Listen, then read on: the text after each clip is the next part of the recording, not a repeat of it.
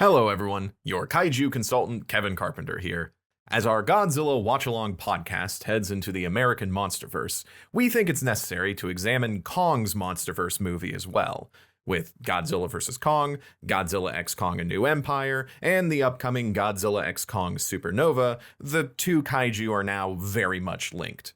But before we get into our next episode on 2017's Kong Skull Island, we thought it'd be fun to release our very first bonus episode to the public, where Kayla and I watched the original 1933 King Kong. We released this bonus episode back in June 2024, and since then, we've released even more bonus episodes on kaiju movies like 1961's Mothra, 2013's Pacific Rim, and 2008's Cloverfield. If you want to listen to those bonus episodes, along with the others, head on over to ko-fi.com/Digital Kaiju Studios. Link in the description. For just a few dollars, you can get access to hours of Kayla and I talking about monster movies, and you can feel good about supporting independent media. Speaking of support, you can also support the podcast for free in a bunch of different ways. You can like this episode, give us 5 stars on your podcatcher of choice, subscribe to us on YouTube, leave a comment, and tell your friends about this cool Godzilla podcast you heard about. In the world of small podcasts, you have no idea how much a single rating or comment can move the needle. Anyway, enough plugging. Let's talk about King Kong.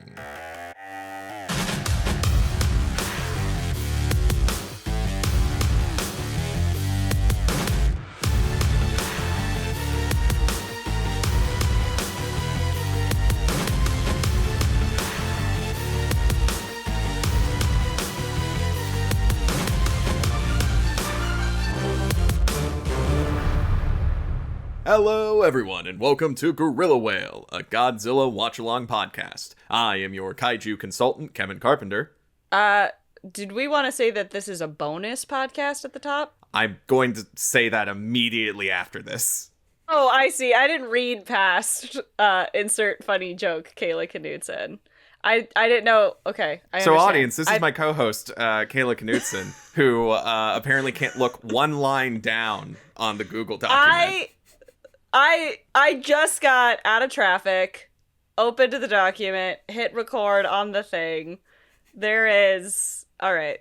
You want to maybe take it from the top? Yeah, we could take it from the top. Give me... Yeah. I was wondering if we wanted to leave that in there. You could leave it in, but I want to say my joke. Okay, you have a joke. Why do you say that with a question mark in the sentence? Alright, we're starting again. Insert funny joke. We're starting again in 5, 4, 3. Hello everyone, and welcome to Gorilla Whale, a Godzilla watch-along podcast. I am your kaiju consultant, Kevin Carpenter. And I am the child climbing into the giant gorilla enclosure in 2016, Kayla Knudsen. R.I.P. Harambe. You can't say it if you say R.I.P. Harambe, that ruins it. Oh, I'm sorry. I'm sorry that I'm being a joke killer by giving proper respect to a national hero. I think about that gorilla a normal amount. If you're listening to this episode, then that means you've chosen to fund our project and support independent media. So before we start the monkey business, we want to take a moment to say thank you. Thank you so much. So, welcome to the Casual Corner. Today, we are going to be talking about King Kong, specifically the 1933 original version of the Great Ape film that hit the theaters and then hit throughout American culture. And soon, 30 years later, King Kong will face off against Godzilla himself. So that's why we are dedicating the first bonus episode of the Gorilla Whale podcast to the original King Kong film, which is also, arguably, the first original kaiju film. That's right, America got to it first. USA! Yes. USA! There's... You can make an argument that Lost World, which is a silent film, is the first giant monster movie because it's dinosaurs. But I do kind of, it's specifically dinosaurs though, which are real. Gorillas are real, but not the size of King Kong. So I would say that King Kong 1933 has a very strong argument for the first kaiju film. Makes sense. So, before we get into the movie itself, I'll, as usual, get into the historical context. Not a whole lot of historical context needed for this film, but I should state some things first up. But anything you want to say, Kayla, before we get right into it? No, I think anything I have to add would be within historical context. Makes sense. Alrighty, so let's dive right in. Director Marion C. Cooper was an American Air Service veteran whose military service and later life as an adventurer brought him to all corners of the world, and also the Hollywood Walk of Fame. He has a star there.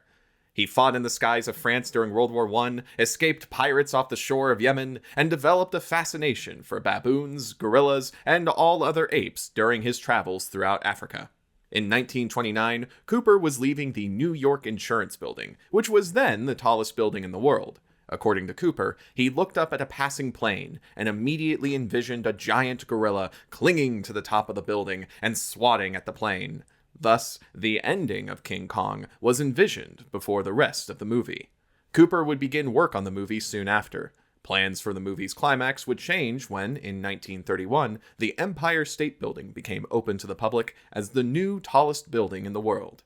It is now 1933. America is in the middle of the Great Depression. As crowds flock to the movie theaters for a much-needed distraction, they are about to witness what is arguably the first ever kaiju film. I would just like to also add a little bit of further movie history to all of this. Please do. King Kong was made and put out by RKO Pictures, and it predates Citizen Kane by a few years, actually. RKO Pictures was a very interesting little movie studio in that they would have a handful of really massive big hits like King Kong, but also they had way more B movies like King Kong than most of the other Golden Age the Big Five Golden Age studios. And the jungle set from King Kong 1933 was one of the jungle scenes were some of the first scenes that they filmed because they used the jungle scenes from the Most Dangerous Game movie. So the production for King Kong was actually kind of long, but it's kind of like one of those, it's a little bit like Game of Thrones where it's the production went on for months and months and months, but each actor was really only working on it for a cumulative 6 weeks at a time because they just weren't in everything. So all of those jungle scenes were filmed up front first.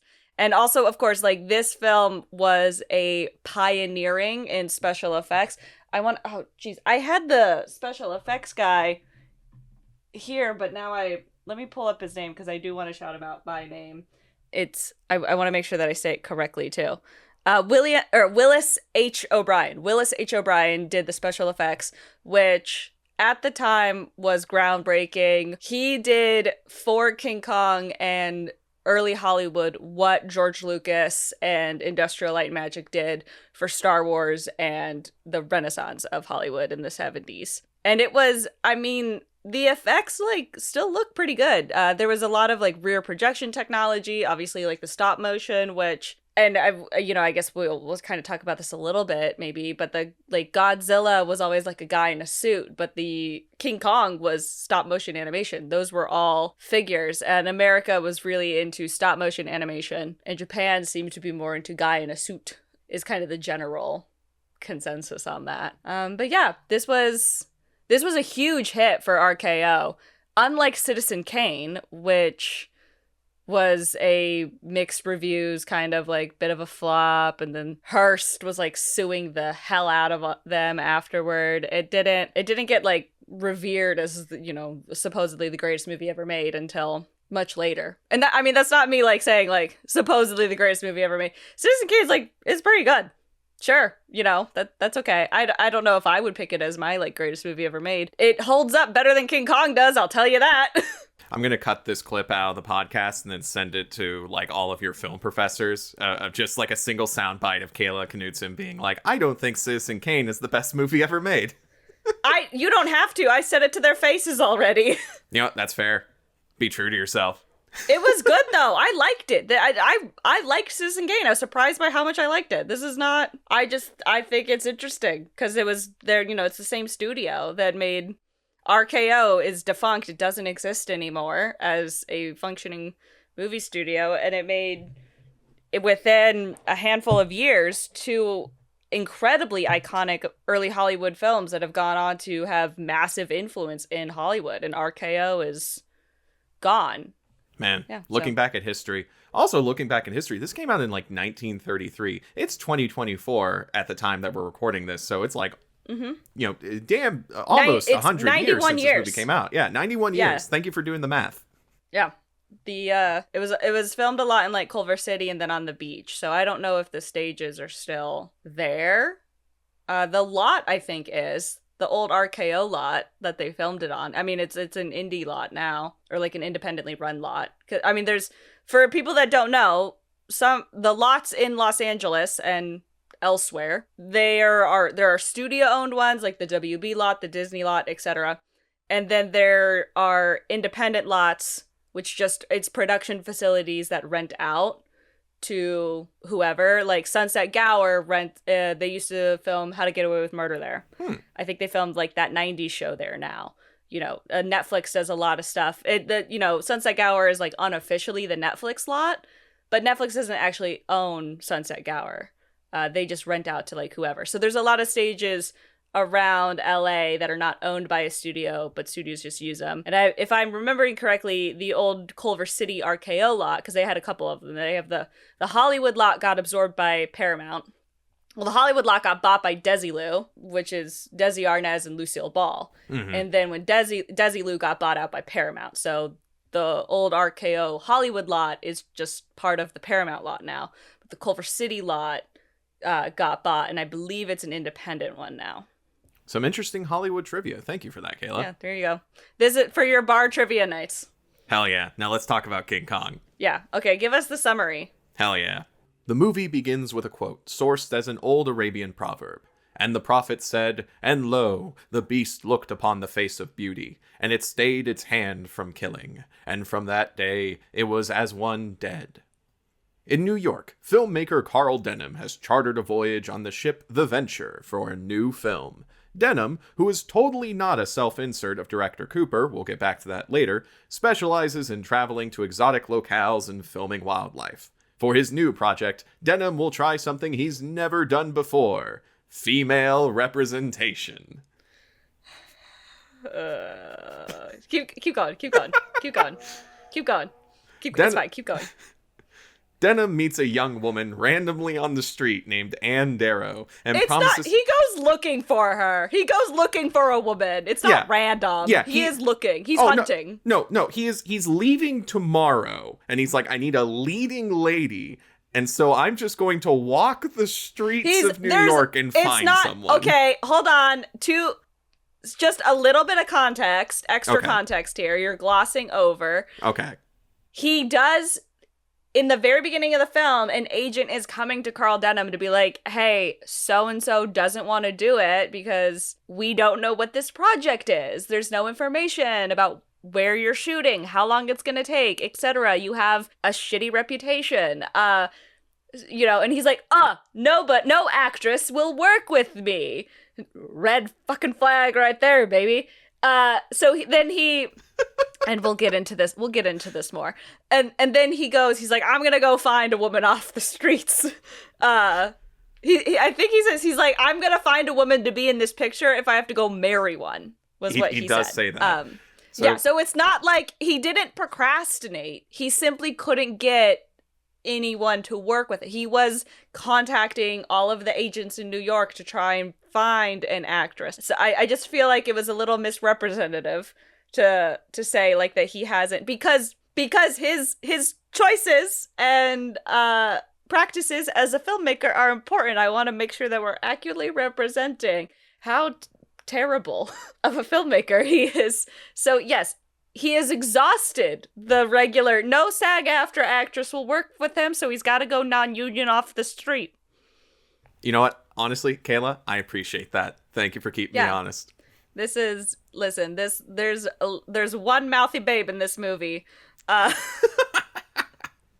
And it's King Kong. and there will be one mouthy babe in this podcast. Okay, continue. So Denham meets a young woman randomly on the street after exhausting all other options, named Anne Darrow, and promises her, quote, money and adventure and fame, end quote, but only if she gets on a boat with him tomorrow morning to an unclear destination. This is usually a bad idea, you know, because of the implication. But Anne joins his project anyway. Babe, you're gonna get human trafficked. And to put her perspective, like, to be clear, added context, why Anne is doing this. Anne has worked she's worked as like an extra on some of the pictures, but the studio in Long Island got shut down because of the Depression. She's out of a job. He catches her when she's trying to steal food from a street vendor. The street vendor catches her, and then Carl is like, oh, no, like, I'll pay for it. It's fine. Let's go have a coffee. And there's definitely the implication. I forgot that this is like a pre-code movie for a sec. I mean, I knew it was, but I kind of forgot, like, how salacious some of the pre-Hays Code, for anybody that doesn't know what I'm talking about, the Hays Code, which...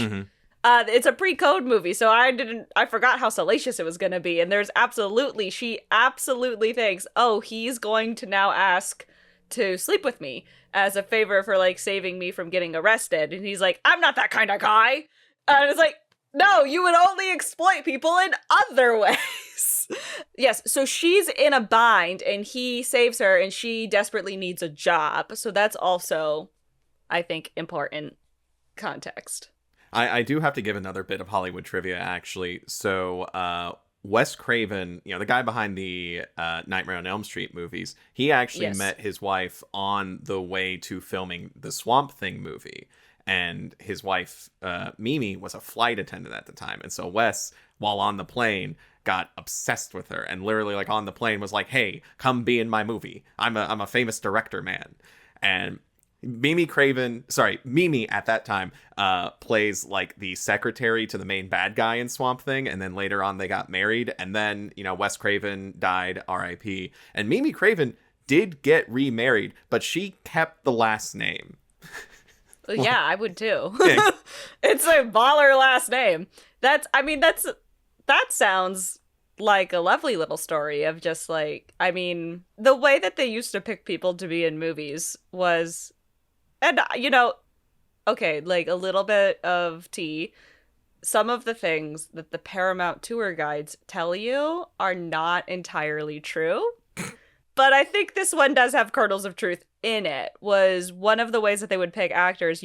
All of these, like, young, beautiful people would gather, and probably also old and ugly people as well. Old and ugly people can be talented. They would gather around the gates of Paramount. The original gates, not the current gates at Melrose. They would gather around the original gates, and then the casting directors would be looking out the window at them and would just kind of, like, spot somebody, a star, and they would point them out, and they'd be like, you! And then they were, like, allowed into the gate, and they'll be like, you're gonna be in the pictures! And that was a legitimate way that they would pick people to be in movies, was just looking at the herd that was gathering outside of the gate. Allegedly. Classic Hollywood. I think I took a Paramount tour as well, and they told me the same thing, but it wasn't like pointing out stars. It was more like, hey, we need 7 cowboys. You, and you. It would be like extras and stuff. And sometimes, background would become, a lot of people would start in background, and then they would get lines or something like that, and then they would end up in the pictures. But yeah, that was one way to get a job as background before central casting really kind of got going, I guess. Okay, so where were we? King Kong. Right. During the voyage, Anne meets other members of the crew, including First Mate Jack, who is 1930s misogynistic, and who also develops a crush on Anne. She also meets Ship Cook Charlie, who is an offensive Chinese stereotype. Yeah. Denham soon reveals their destination. The venture is heading toward the uncharted Skull Island, where the native... They never call it Skull Island. No, they call it Skull Island. No, they don't. Not in the original movie. They never call it Skull Island. On the map, there is Skull Mountain is labeled, but they never in the original film refer to it as Skull Island. Skull Island was tacked on later. I could have sworn they called it Skull Island in the movie. Nope, they don't. All right, you know what? You can double check it on Wikipedia. I'm pausing the podcast right now. I'm checking. Yeah. They do not call it Skull Island in the original movie. Okay. So, according to the King Kong wiki, Skull Island is never referred to by name on film. In the original film, only Skull Mountain is named, while in the sequel, Son of Kong, it's simply referred to as Kong's Island. But in the novelization of King Kong 1933, it's called Skull Mountain Island.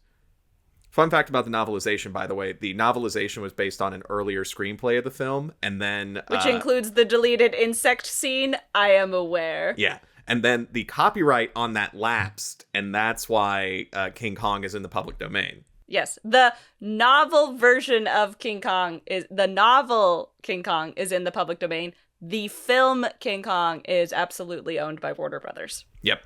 So be careful on that one, guys. Okay, cool. So we got our King Kong trivia. So the island with Skull Mountain. You can call it Skull Island in the summary. I just wanted to point out, fun fact, it's Skull Island. I mean, that's fine. Fun fact, they didn't call it Skull Island in the original movie. That was added later. Kayla, once again, I appreciate you for keeping me honest. I love to call you to task. When the crew arrive at Skull Island, they find a village next to a gigantic gated wall. The native inhabitants are in the middle of a ritual when the crew interrupts. Skipper, the boat's captain, can speak with the inhabitants, for some reason, and he discovers they were intending to sacrifice a young woman as the Bride of Kong. But now, the natives wish to trade 6 of their women for Anne, whom they refer to as the Golden Woman.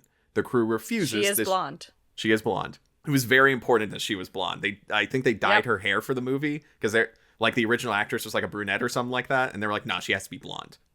You know, most women that are blonde are dyeing their hair blonde. It's very rare to actually be blonde as an adult woman. Kayla, you're keeping me too honest. I want to keep Margot that curtain Robbie down. is blonde. Margot Robbie's not blonde. You're oh, man. I didn't need to know she's that. She's not. That's okay, but she's not. So... Emma Stone's not a redhead. Stop. You know what color her hair is?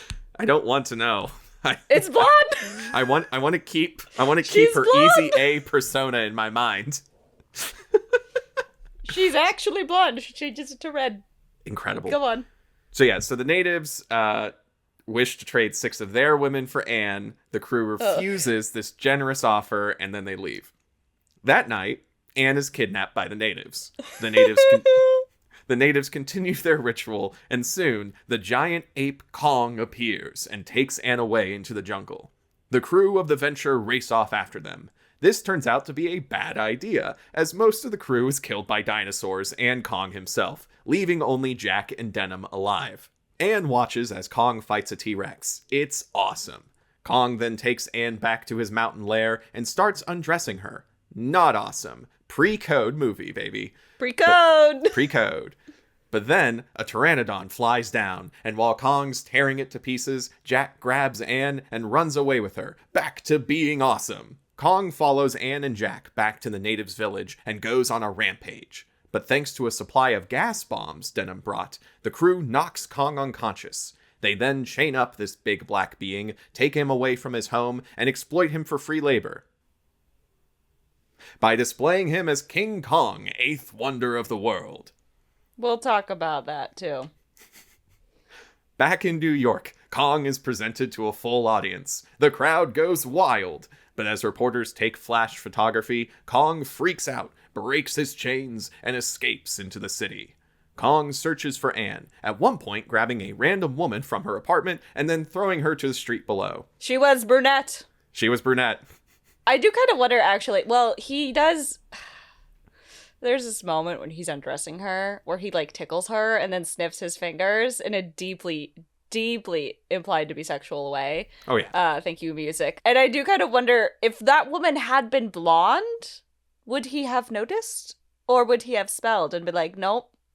I feel like there's just a bunch of scenes that were cut of Kong just grabbing, like, any woman he saw through the windows. This movie was, like... I mean, there's no blood. There's not a lot of blood in it. There is a very cool blood effect with the, like, T-Rex's broken skull at one point, but there really isn't a lot of actual blood. because blood is messy and expensive and a fucking pain in the ass. But it's still a pretty violent movie. Oh yeah, there's an incredibly aggressive brontosaurus, which we'll get to later. Yeah, and like they just drop her and then you see her fall, and the effect of somebody falling from a building in 1930s special effects is, I mean, it's kind of funny and really kind of brutal, actually. Oh yeah. This movie is surprisingly brutal. This movie is surprisingly brutal and weirdly funny. Right. Eventually, Kong finds Anne, grabs her, and rampages through the city before eventually climbing to the top of the Empire State Building. Just as Marion C. Cooper envisioned it, Kong fights a group of biplanes trying to shoot him down. Speaking of Cooper, he's one of the pilots fighting Kong, along with co-director Ernest B. Schoedsack. That's how you do a self-insert, baby. It's a cameo. Kong is eventually shot down, and the great ape falls to the ground below. Denham arrives at the scene of Kong's demise and leaves us with this iconic line. It wasn't the airplanes, it was beauty that killed the beast. Roll credits. So Kayla, what'd you think? All right, where to begin? Let's start at the beginning. That's a fake fucking quote, by the way, guys. They made it up for this movie. The old Arabian proverb? Yep. You know, I was doing some research to see if I could find like an actual source for it, but of course all of the sources is the King Kong movie. Yeah, no, they made it up for the movie, so that's where the racism begins. Where it begins. We're just gonna make up an Arabian proverb. Like, we're gonna make up something that definitely sounds like, and the prophet said, as if it's like from the Quran or something. And yeah, so we're just gonna do that. I don't know why an Arabian proverb when we're not going to Arabia at all. You know, like, this movie doesn't take place anywhere near the Middle East, or it doesn't have any characters from the Arab world. But yes, we're going to do an old Arabian proverb. I don't know, it makes sense. I mean, this is golden age of Hollywood and all of that. They're obsessed with things that are quote unquote exotic, which is what the whole movie's about. The exploitation and obsession with the quote unquote exotic. Just to get this out of the gate, this movie is often regarded as an allegory on the slave trade and racism in America. That was not intended by the filmmakers at all. Absolutely, death of the author, you can totally read it that way. I think that's a legitimate criticism. Or not a legitimate criticism, a legitimate analysis of the film, is that it is a metaphor for the slave trade. Absolutely. That's not what they intended. It is, at its core, which this is why it works as a metaphor for the slave trade. At its core, this is a movie about exploitation, which is so fascinating that I was watching this movie, like the very beginning of this movie. It starts with the clunkiest expositional dialogue that has ever been written, which is kind of funny because, like, this is still, I know we're still kind of learning how to make movies, but also we have been writing stories for a very long time. And this movie is generally considered like a quote-unquote great film. So I guess I just didn't expect it to start off with the incredibly clunky and expositional dialogue that it started out with, of like, say, where's this boat going? What's going on? Like, blah, blah, blah. Who's this guy? It's so obvious. And not that this movie has like the best dialogue, but we don't have like that kind of low quality really throughout the rest of the film. Like, that's like the worst dialogue is what we start with, and then it gets better. Yeah, I was watching the beginning of this, and I was like, and I opened up another window, and I typed in up onto Wikipedia, and I pulled up the Nope, directed by Jordan Peele, the Nope movie, and scrolled down to development, and the first line is like, Jordan Peele cited Jurassic Park and King Kong as inspirations for Nope, and I was like, yep, okay.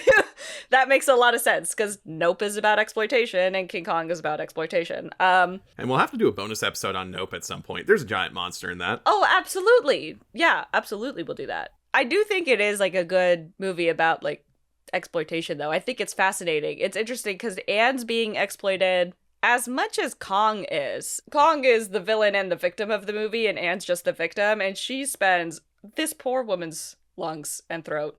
She is screaming. Just as soon as they land on the island, she's basically screaming. Actually, she does start screaming before they land on the island because they do like a screen test. Oh, yeah.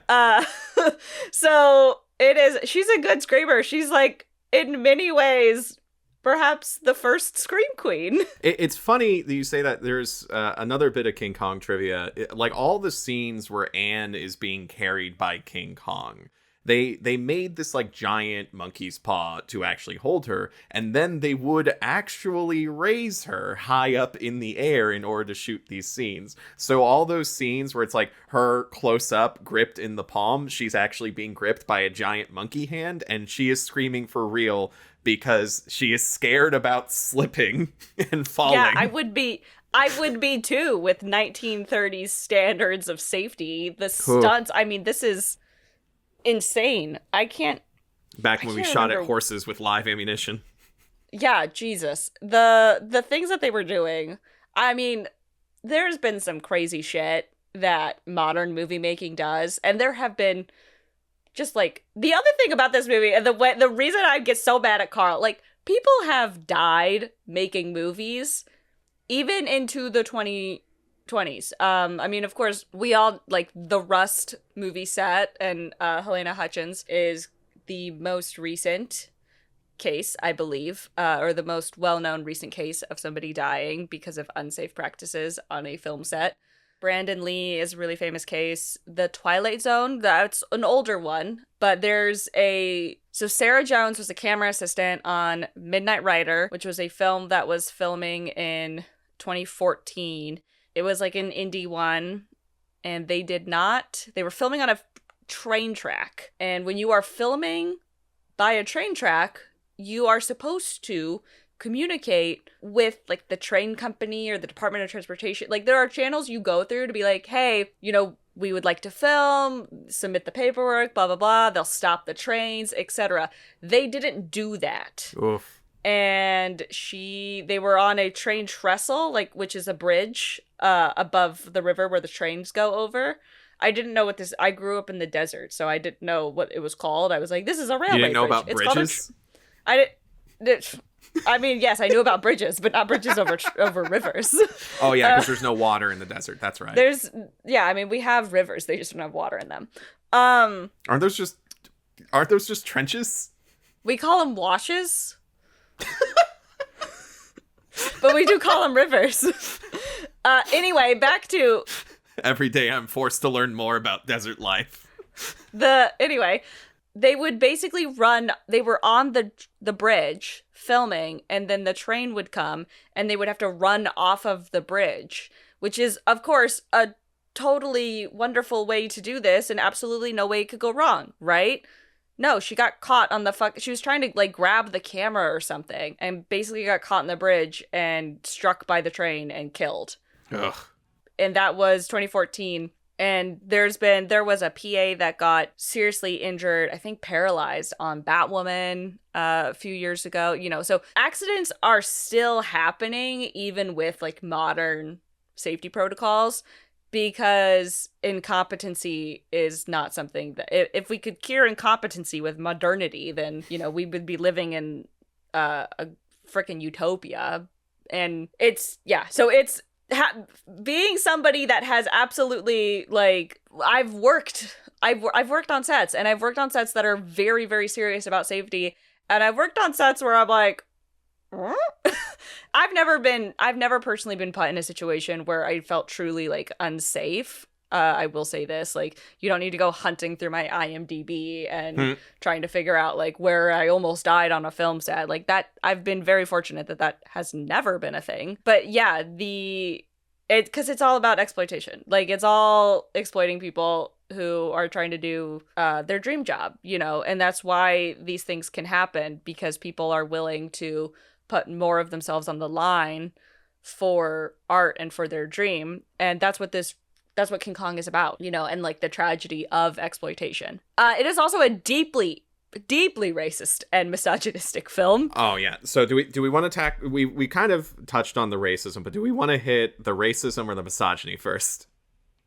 Well, I mean, I think the big thing, we're two white people, so, it's it's racist. The Chinese Charlie, the Chinese character, is a stereotype.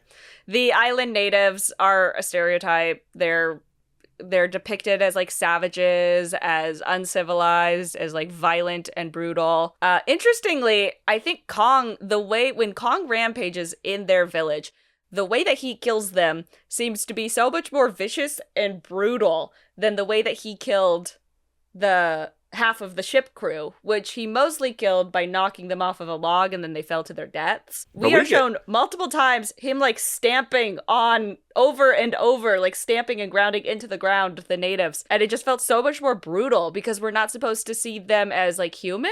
We do get brutal shots of like when Kong throws the people into the chasm. Like we follow them all the way to the bottom to the point where like the dummies like hit the ground, and it's like usually it's like you see them fall and then you cut away, but no, we see the impact multiple times. But I get where you're going with the malevolence behind Kong knocking them off of a log and then they just fall to their deaths versus the malevolence of him grabbing, biting them, throwing them to the ground, stepping on them multiple times. Like Kong it's personal. So is the brontosaurus that was eating the white crew members, is that Praxis? I don't feel comfortable. So anyway, the misogyny. Yeah.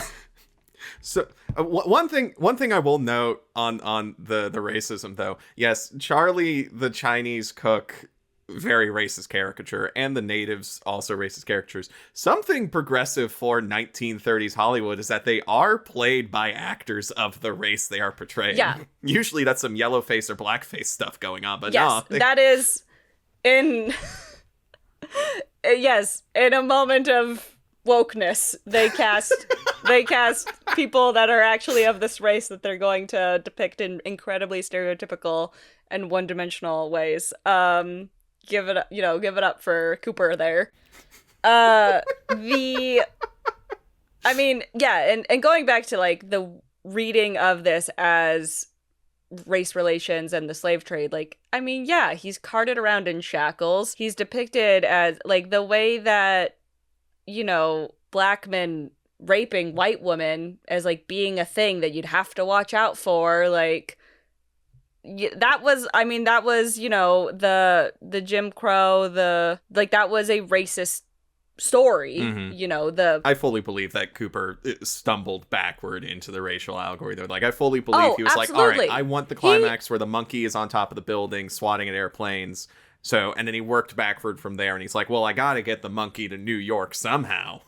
Yeah, well, and like, this is the thing, like, because he lived and grew up and was a white guy in America, mm-hmm. he's steeped in that culture, and it's 1933. Oh, yeah. I mean, there are people, like, at that time, there are people that were slaves still alive before the Civil War, they're quite old, but it is, I believe it would still be within living, because it's 1865 was like the end of it, right? So 1865 to 1933. I mean, like, yeah, that's living memory. Mm-hmm. I think that's a closer time distance than us to World War II, or about the same. I'm not doing the math right now. So yeah, like, it's gonna come out, and this is kind of where we get to the whole point of like, art is political. Even if you do it unintentionally, you will be making political statements because you live in like, you don't create art in a vacuum. You create art based off of your viewpoint, your lived experience, your memories, your culture, etc. And so sometimes you can walk backwards into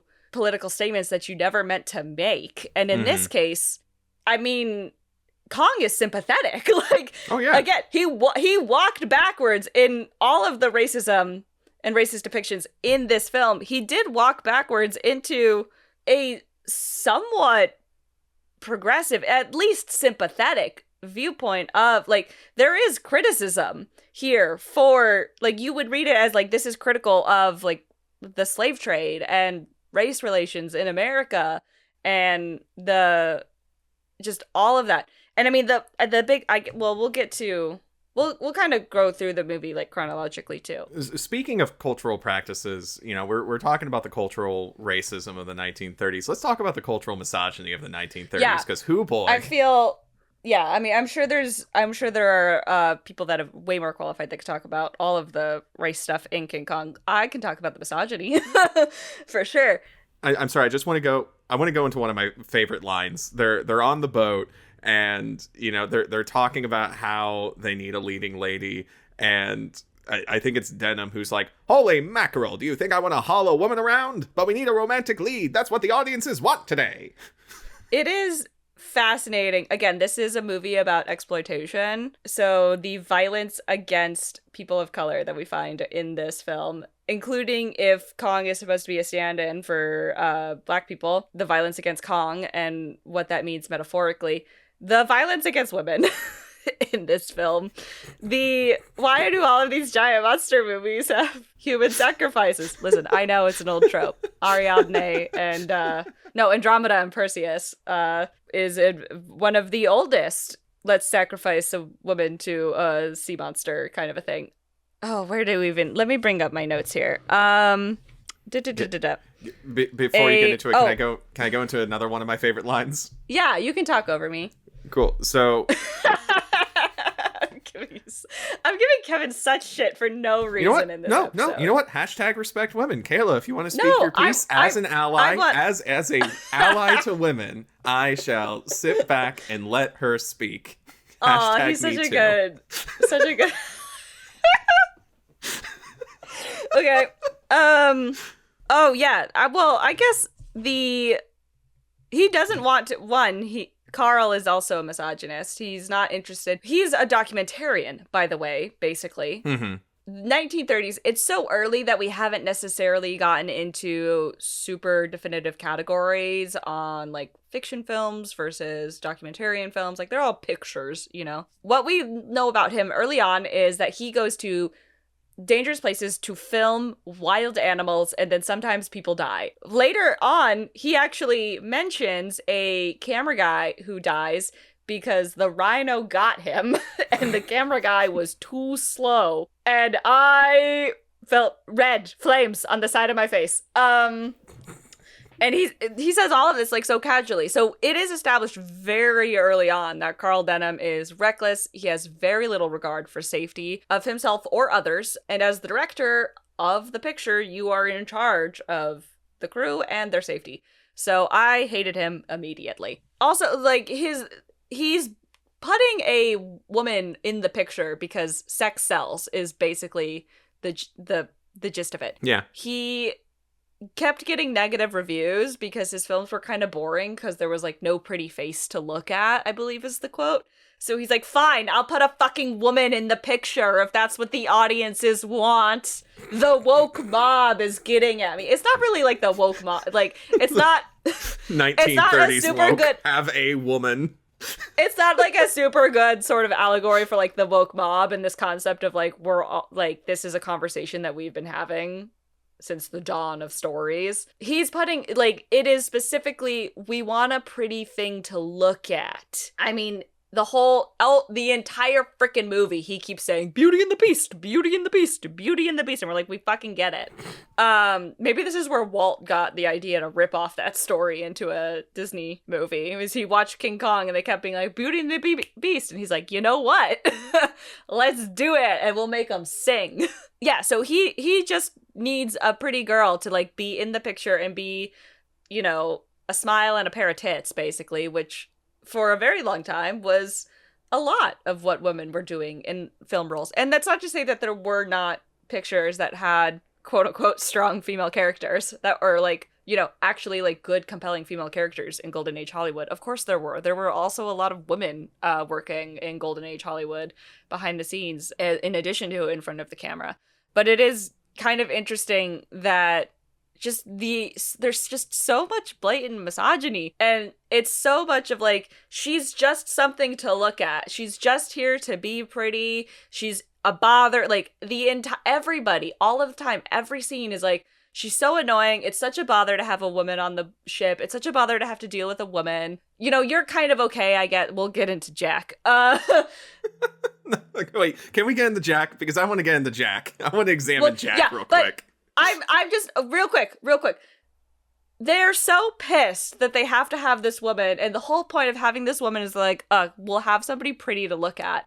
And I'm so mad about it because they don't even want her there except to be looked at. And she ends up being the one that is in most danger, and it's the same fucking thing that they're doing to Kong, of like, he's just there to be looked at for their amusement and enjoyment. And there is no regard for his safety, and the way that he is endangering everybody else's safety, as there is no regard for her safety. I mean, yes, she doesn't get killed, it's the rest of the crew that gets killed, because, again, Carl Denham is reckless, and he doesn't give a shit about anybody but himself, but she's the one that gets kidnapped by Kong, and the implied sexual assault that could happen to her when he freaking tickles her and sniffs his face. Anyway, let's talk about Jack. Who I hate almost as much as I hate Carl. Jack is so funny because he is like more of the traditional leading man than the protagonist Carl Denham. Like, Jack is the one who actually like runs into Kong's lair to rescue Anne like halfway through the film. Well, he's the love interest. Yeah. You know, Carl is complaining about how there needs to be a love story in his picture, and Jack is there to provide the love story with Anne, who is the only woman who speaks, really, in this film.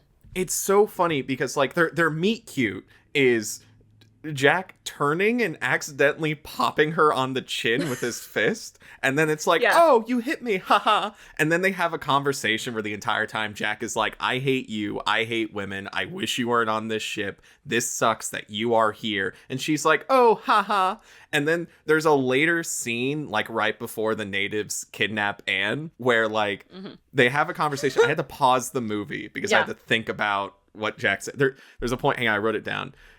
Jack confesses his love for Anne, who he has known for about a few days, maybe. I don't know how exactly long the voyage. It's a few weeks. It's a few weeks. I think at one point they say it's like 6 weeks or something. Okay, so the boat ride. They know each other for the boat ride. And Jack has not said anything nice to her on screen. And then Jack immediately goes like, I think I love you. And Anne goes, why, Jack, you hate women. And Jack goes, yeah, I know. But you aren't women. What does that mean? What does that mean? Well, what he means, you're not women, he means you're not like other girls, Kevin.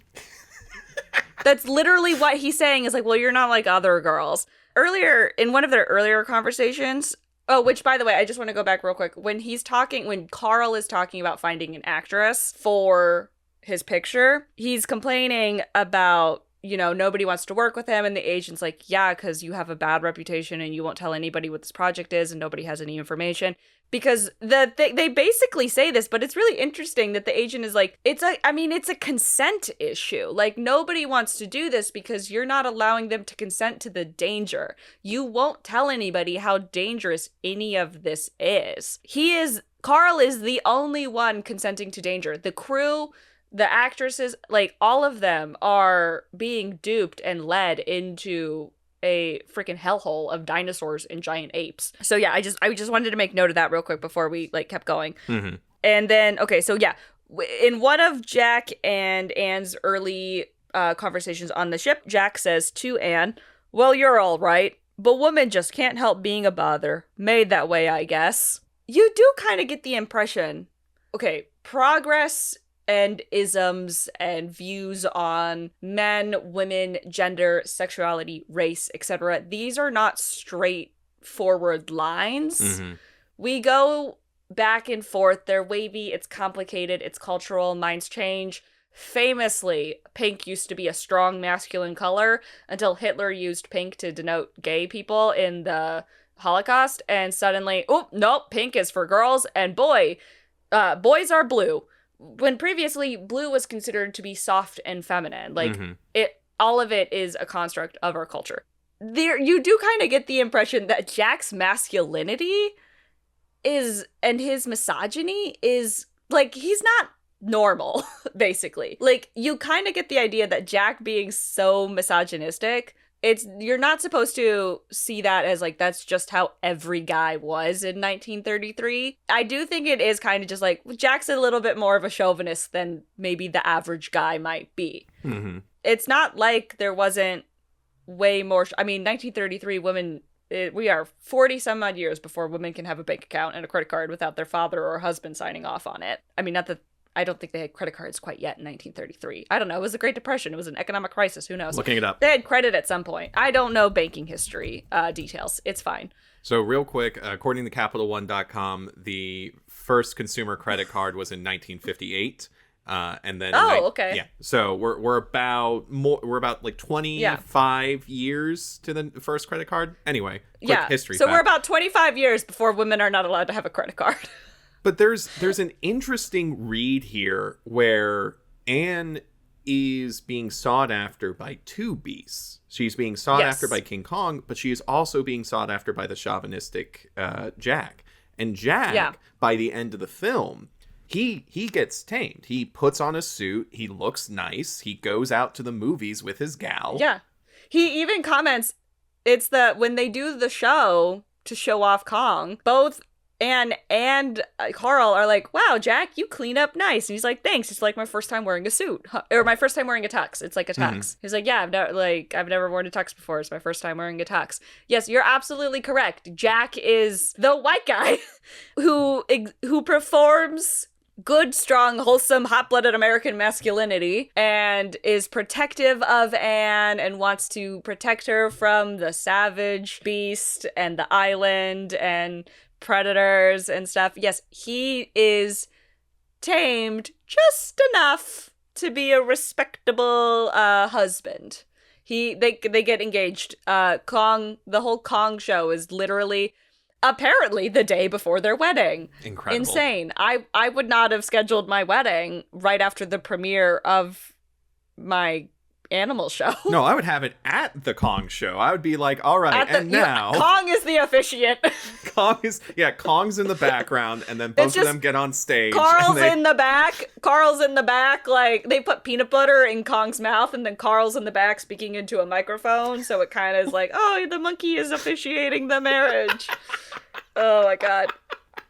Yeah, so I mean, yeah, what else? Because we will talk about the special effects at the end, but honestly, guys, again, because it's a movie about exploitation, the racism and misogyny is like so much of the point of it, really. Yeah. Like it very much is the point of the movie, because you can't have exploitation without these sort of like power structures and dynamics and stuff. It's just kind of interesting how poignant kind of this film is, almost accidentally. Because, like, again, Anne is supposed to be, I do think we are supposed to read, like, Anne is in a dangerous situation as being exploited. But I don't really think that Cooper is out here being super progressive and making these, like, really, ahead of his time or whatever statements about racism and women's rights and things like that. No, I think Cooper wanted to make a giant monkey movie, and then he kind of stumbled into all of these allegories, and I think that's fascinating. It is. It's kind of like I saw somebody, I don't remember who it was, but somebody described Zack Snyder's filmmaking like that, and that Zack Snyder is just thinking of like, wouldn't this be cool? And then he makes a movie, and then the movie is accidentally like fascist. Well, I mean, I think that says more about Zack Snyder's views on what is cool, but I will not say a nice thing about that man. Or like Michael Bay, And I mean, that's what we're talking about, is like your personal like viewpoint and culture and politics or whatever can leak into the art that you make, whether you intend it or not. And even if you're staunchly claiming that something isn't political, I mean, yeah, like, because everybody has a political viewpoint. So if you think that something isn't political, it's because the movie's agreeing with you. And that's not even necessarily saying that, oh, I don't think that X movie is political. And people say that X movie is political, but I don't think it is. So now, like, suddenly I'm not saying, like, if you just enjoy a movie without really catching the politics of it, it doesn't mean that you're accidentally problematic or something. That not necessarily, We are making it that deep. We're taking monster movies and we're making it that deep. That's what this podcast is about. If you're coming in the comments about like, why you gotta make King Kong political, I don't turn off the podcast. Cooper is coming back from the grave and is just like, it's about a giant gorilla. Yeah, and I like planes. to make it clear how not thinking about it, Cooper, like how ignorant, for lack of a better term, how much Cooper was like, it's not that deep. This movie was inspired by, apparently, sometime before this movie was made, I don't remember exactly when, they caught a couple of Komodo dragons and they brought them to the Bronx Zoo and the dragons died in captivity. And, you know, the filmmakers heard this story and they're like, that is fascinating. 'Twas the civilization that killed the dragons. And then they wanted to make a movie about a beast from a faraway land brought to New York, to civilization, and it killed them. Like, that was, for them, that's what they want. And then Cooper was like, I like monkeys and planes. Can we talk real quick about the ending line of "'Twas beauty killed the beast"? Because that's the most iconic line from this film. It was the fucking bullets! Yeah, it was the bullets. It was the planes. It was taking this wild animal from his home. But for some reason, this is Anne's fault that King Kong is dead. Yeah. Blame women. God forbid a woman does anything.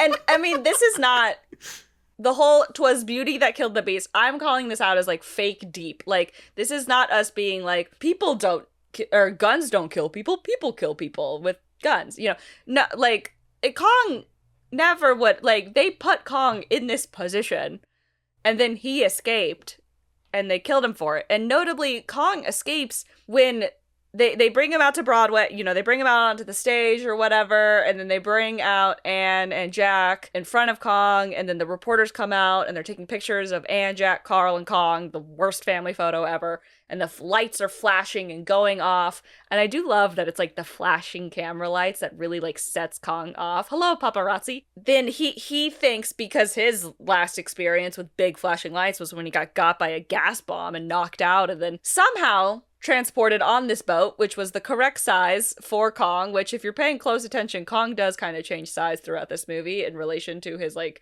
surroundings. Also, just a side note, I don't know why they had a giant monkey-sized door in the wall to keep Kong out. They had a very large door that Kong could fit through. I don't know why they needed that giant door. I don't know why there just wasn't, like, a smaller door in the wall. I mean, it looked cool. That's why. Because it looked cool. And I'll allow it. They had to bring the sacrifice to the other side of the wall, and they were like, okay, so either we can build a giant door and then just drag the sacrifice through, or we have to deal with, like, carrying them up ladders. And honestly, I've got about, like, an hour, so let's just take it through the door. I want to build a giant door to imply that there is a giant creature that could go through this giant door that needs a door this big, even though the whole point is to keep him out. It's Jurassic Park. Like, I get it. It looks cool. But yeah, the thing that sets Kong off and the reason he escapes is because he sees, like, these flashing lights. And they say it. They say it in the text. He thinks that Anne is being attacked. So he is able to, you know, Super Saiyan, get out of his chains, and he grabs Anne and runs off, or he tries to grab Anne. They escape, and then he runs off and he goes looking for Anne because he thinks Anne is in danger and he wants to protect Anne, keep her, hoard her, etc. Notably, by the way, just taking it back again, it is implied that all of the other previous brides of Kong, the native women of this island, he just killed them, I guess. He just killed them. But this blonde white lady, he's gonna keep this one alive. This one's special. Sniff, sniff. Yeah, it's so... That, by the way, was deleted. So when the Hays Code did come into effect, this movie had to be edited because they would play it on television. That was one of the other things that RKO Pictures contributed to culture, was they would rerun their old movies on TV when TV became a thing. They started doing that every week. Oh, cool. They would pick a different movie and they would rerun it once or twice a day or something like that the whole week. So Kong had to be edited for the Hays Code on its reruns, both on TV and in theaters. And one of the things that was cut was him, like, tickling her and sniffing his fingers, because it is supposed to be, like, sexual. Yeah, for sure. So let's talk about the special effects, because I want to talk about the special effects real quick. Oh yeah. Well, yeah. Let's jump into the fun bit now. So the stop motion animation, especially the mixing of the stop motion animation with live actors on set, very cool. Like, especially for that time, like the scene where like the stop motion King Kong is, like, looking for Jack, and he's, like, reaching his hand down, like, the cliff to see if, like, Jack is still there, and Jack is, like, stabbing his palm with a knife and all that stuff. Yes. Or you have, like, the scene of, like, Anne, like, on a tree watching as like Kong fights a T-Rex. Just really cool stuff. When Kong places her on top of this, it's a tree trunk that's sort of cut, like part of the tree, probably like the tree got hit by lightning and half the tree fell. So it's a trunk, and he just sets her on top of the trunk and then goes to fight the T-Rex. I was sitting there like, holy shit. That, like, they did that in 1933? Willis H. O'Brien, you were a visionary. Oh my god. It looks really good. And again, this was like a pioneering special effects film. Yeah, they did such a fantastic job. If you are interested in the history of special effects at all, and those early special effects, stop motion, rear projection, etc., you should check out King Kong 1933 for that alone. And it's notable, I think, that a lot of these special effects they were not invented specifically for King Kong. Like they were techniques that we had been developing for a long time, varying lengths of time for each of the techniques. But it was just in King Kong, Willis H. O'Brien was able to synthesize and bring all of these together with the sort of precision and care that really like elevated the whole thing. And that was the movie. The movie is about exploitation, and thus it is about spectacle. And really, the special effects are why people showed up for this movie, because the emotional investment, like the characters, the writing, it's all. I mean, I'll be honest, I got bored. Really? A lot in this movie, I will say. I was on a thrill ride. Were you? Interesting. Yes. As soon as Kong shows up, and then like the rest of the crew like run into the jungle after him, like here's the sequence of events. Kong shows up, takes Anne. The crew runs after him. They shoot a stegosaurus. They go out into the pond. They get ate by a brontosaurus. They run further into the jungle. Kong's there. He throws a bunch of them into a chasm. Guy gets into a knife fight with Kong. There's just a random giant lizard there. Dude cuts a vine. Lizard falls into the chasm. We cut over to Kong with Anne. Kong fights a T-Rex. Holy shit. Kong takes Anne, goes to the lair. All of a sudden, Pteranodon? Kong's fighting a Pteranodon. Jack grabs Anne. They jump off a cliff into the water while Kong's chasing after them. They get back to the village. For some reason, the crew is allowed to be around the gate, and the natives are not mad at them. And that was just a weird thing. No, they explain it. They took it and they shot their rifles over everybody's head. Oh. And the natives had never encountered gunfire before, and basically like they scared the natives back. No, they do explain that. But they get back to the village, and everyone's like, okay, we got Anne, let's get out of here. And then Denham's just like, no, we got to get Kong. And then Kong shows up, and he starts breaking everything, and then they throw the gas bombs. It is action after action after action after action. I'm like, holy shit.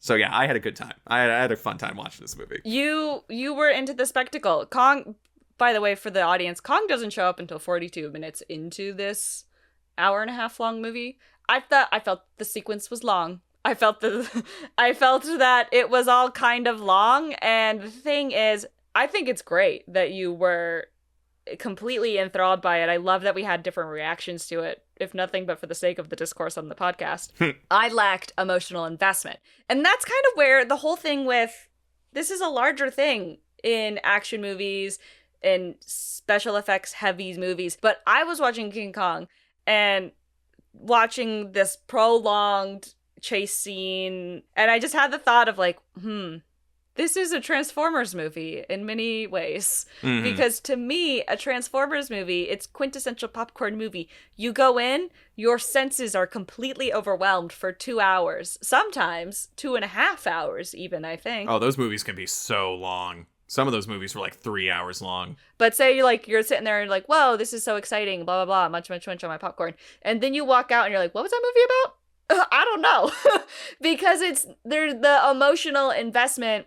They are, as Martin Scorsese would call it, like roller coaster movies, It is there to be a big spectacle. And, Michael Bay knows how to make a spectacle. He's really good at it. And some of his movies, I really genuinely love some Michael Bay movies. I think Ambulance is so cool. That is why I think the audiences of 1933 loved King Kong so much, because nobody had used stop motion animation and special effects with this much precision and skill and just awesomeness until now. To a modern audience, I think you do get mixed reviews. of people like you were like, oh, this is so exciting, I love this, I'm buying fully into the spectacle, and me of like, this is going on a little long because I'm not really super emotionally invested in the characters, so the action is getting boring to me. And this is just a whole discourse in action movies of, well, I mean, I've seen better fight sequences. You know, I'm sitting there watching Kong go after this dinosaur, and I'm thinking of Kong Skull Island sequences where Kong's fighting those dinosaurs, and I found those, I was like, that was so much more exciting because it was done in the modern way. We stand on the shoulders of giants so that we may look very far. You know, we wouldn't have Kong ripping open a T-Rex's skull in a grisly, gruesome fashion if we didn't have stop motion Kong just kind of like sort of cracking the jaw a bit and then like not completely ripping it open and tearing the head up into, but cracking it a bit in a really, it looks good, yeah. You know? They even had like stop motion blood coming out of the T-Rex's mouth. Yeah, I mean, that's my thing. I got bored because I wasn't emotionally invested in these characters because there just wasn't like a lot there for them. They were super one-dimensional and stuff. But I appreciate those sequences like nonetheless. And that's why, again, you know, King Kong may not have the best character work. It's no Citizen Kane, which again, I'm using Citizen Kane as the comparison for King Kong because they are peers. They were filmed within 10 years of each other. And they're from the same studio, and they both have, like, they're both icons, but very different genres, you know. Citizen Kane, great character work. King Kong, not such great character work. Incredible action and special effects for its time period. Mm-hmm. We had Godzilla versus Bambi. Now we need King Kong versus Citizen Kane. I would watch that movie. like it's Cinnamon Kane. It's Citizen Kane. Cinnamon Kane. Up to a certain point, like Citizen Kane, it is just, he's going through the motions of the plot, and then just in the background there are newspaper headlines about this guy named Denim, like talking about this eighth wonder of the world, and then King Kong shows up. Like Citizen Kane goes to the show, and then I think the Citizen Kane King Kong, Citizen King Kong, whatever, Write that down. Citizen King Kong, I think it's Kane that would be catching King Kong, and you know, because Kane is like William Randolph Hearst, who. Ooh, okay. So Kayla, out on a scale of 1 to 5 bananas, what would you rate King Kong 1933? Okay. Audio only audience. I almost had Kayla do a spit take. She was drinking water when I asked that. You said bananas, and I just didn't expect bananas.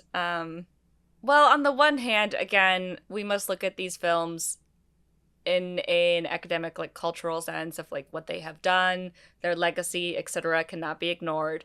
You must look at them in the context of their time. Again, King Kong was remarkable and incredibly significant. And just it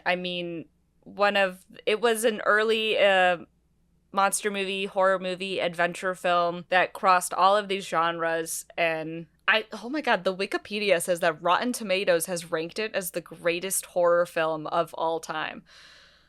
Okay. I mean, that Brontosaurus was pretty scary. I'm going to admit that. That is certainly an opinion. I don't know if But what's your opinion, Kayla? It's not the greatest horror film of all time. Yes, but how many bananas, Kayla? I guess I'll go ahead and give it like 3.5. I don't want to rate it. I think I rated Godzilla as like 4 or 4.5, and I don't want to put this at Godzilla's level. I mean, Godzilla's older by like 20 years or so. Godzilla's younger by 20 years. But I felt more invested. Maybe it's because I had to read the subtitles as I was watching Godzilla. I don't know. I just think that maybe there was something about Godzilla that I was a little bit more emotionally invested in what was going on with the people, versus I did really just feel like the human characters in King Kong were really like pretty flat. But in terms of cultural impact and the special effects and all of that, it is Godzilla's peer. Yeah. But for my own personal enjoyment of like how I felt actually watching the movie just as a viewer and not as a proto-academic, King Kong loses to Godzilla for me in that. Mm-hmm. And while I rated the original Godzilla as 5 out of 5, I'm going to be rating the original King Kong 4 bananas out of 5. I think it is still an incredibly solid movie. I think it does hold its place as this like one of the greatest like American films. I just think it is very hard to overlook Charlie the Chinese cook and the and the natives who are a conglomeration of all of these different stereotypes. Yeah. It's like, yeah, it's the 30s, but also, Cooper, you didn't have to put in Charlie me no like potatoes the Chinese cook. God. Yeah, it was. I do think that it deserves a spot in film canon. Oh yeah. It was in 1999, it was deemed culturally, historically, and aesthetically significant by the Library of Congress, and it has been preserved in the National Film Registry. Good. I do think that if you are interested in filmmaking, particularly in special effects and monster movies, you should watch this movie. Would I recommend this movie as much as I might recommend the original Godzilla? No. Oh, God, no. Would I recommend other King Kong movies over this one every day of the week? Well, Kayla, you want to lead us out? Yeah, sure. Thank you once again for supporting Gorilla Whale and Digital Kaiju Studios. If you haven't already, be sure to follow us on social media. We got the links in the show notes. Gorilla Whale is a production of Digital Kaiju Studios. It is hosted and produced by Kevin Carpenter and Kayla Knudsen. Gorilla Whale has no official affiliation with Toho, Legendary, or any other companies associated with the Godzilla franchise, and in this case, WB or RKO. We thank you for watching along with us. Until next time, watch out for kaiju. Watch out for kaiju.